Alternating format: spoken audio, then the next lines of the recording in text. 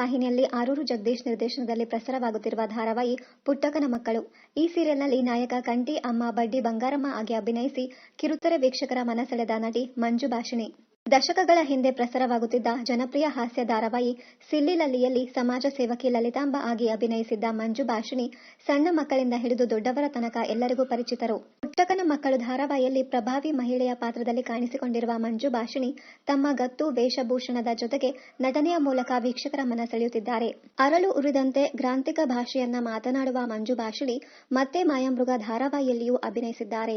ಟಿ.ಎನ್. ಸೀತಾರಾಮ್ ನಿರ್ದೇಶನದ ಅಡಿಯಲ್ಲಿ ಸಿರಿಗನ್ನಡದಲ್ಲಿ ಪ್ರಸಾರವಾಗುತ್ತಿದ್ದ ಮತ್ತೆ ಮಾಯಾಮೃಗ ಧಾರಾವಾಹಿಯಲ್ಲಿ ಟೀಚರ್ ಬೃಂದಾ ಆಗಿ ನಟಿಸುತ್ತಿದ್ದ ಮಂಜು ಭಾಷಿಣಿ. ವಿಶೇಷ ಎಂದರೆ ಇದರಲ್ಲಿ ಸೌಮ್ಯ ಸ್ವಭಾವದ ಹೆಣ್ಣು ಮಗಳ ಪಾತ್ರಕ್ಕೆ ಮಂಜು ಭಾಷಿಣಿ ಜೀವ ತುಂಬಿದ್ದರು.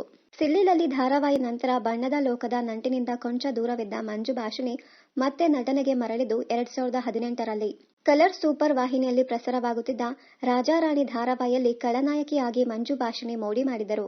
ಟಿ.ಎನ್. ಸೀತಾರಾಮ್ ಅವರ ಮಾಯಾಮೃಗ ಧಾರಾವಾಹಿಯಲ್ಲಿ ಬೃಂದಾ ಆಗಿ ನಟಿಸುವ ಮೂಲಕ ಕಿರುತೆರೆಗೆ ಪಾದಾರ್ಪಣೆ ಮಾಡಿದ್ದ ಮಂಜು ಭಾಷಿಣಿ ನಟಿಸಿದ್ದು ಬೆರಳೆಣಿಕೆಯಷ್ಟು ಧಾರಾವಾಹಿಗಳಲ್ಲಿ. ಆದರೂ ಮನೋಜ್ಞ ನಟನೆಯ ಮೂಲಕ ಮನಸೆಳೆದಿದ್ದಾರೆ. ಸಿಲ್ಲಿ ಲಲ್ಲಿ, ಯದ್ವಾ ತದ್ವಾ, ರಾಜಾರಾಣಿ ಧಾರಾವಾಹಿಗಳಲ್ಲಿ ಈಕೆ ಅಭಿನಯಿಸಿದ್ದಾರೆ. ಅಮ್ಮೋರ ಗಂಡ ಸಿನಿಮಾದಲ್ಲಿ ನಾಯಕಿಯ ತಂಗಿಯಾಗಿ ನಟಿಸಿದ್ದ ಈಕೆ ಭೂಮಿಗೀತ ಸಿನಿಮಾದಲ್ಲಿ ಪ್ರಮುಖ ಪಾತ್ರದಲ್ಲಿ ಕಾಣಿಸಿಕೊಂಡಿದ್ದರು. ಮುಂದೆ ಗಂಡ ಹೆಂಡತಿ, ರಾಜ್ ದಿ ಶೋಮ್ಯಾನ್ ಸಿನಿಮಾಗಳಲ್ಲಿ ಮಂಜು ಭಾಷಿಣಿ ಬಣ್ಣ ಹಚ್ಚಿದ್ದಾರೆ.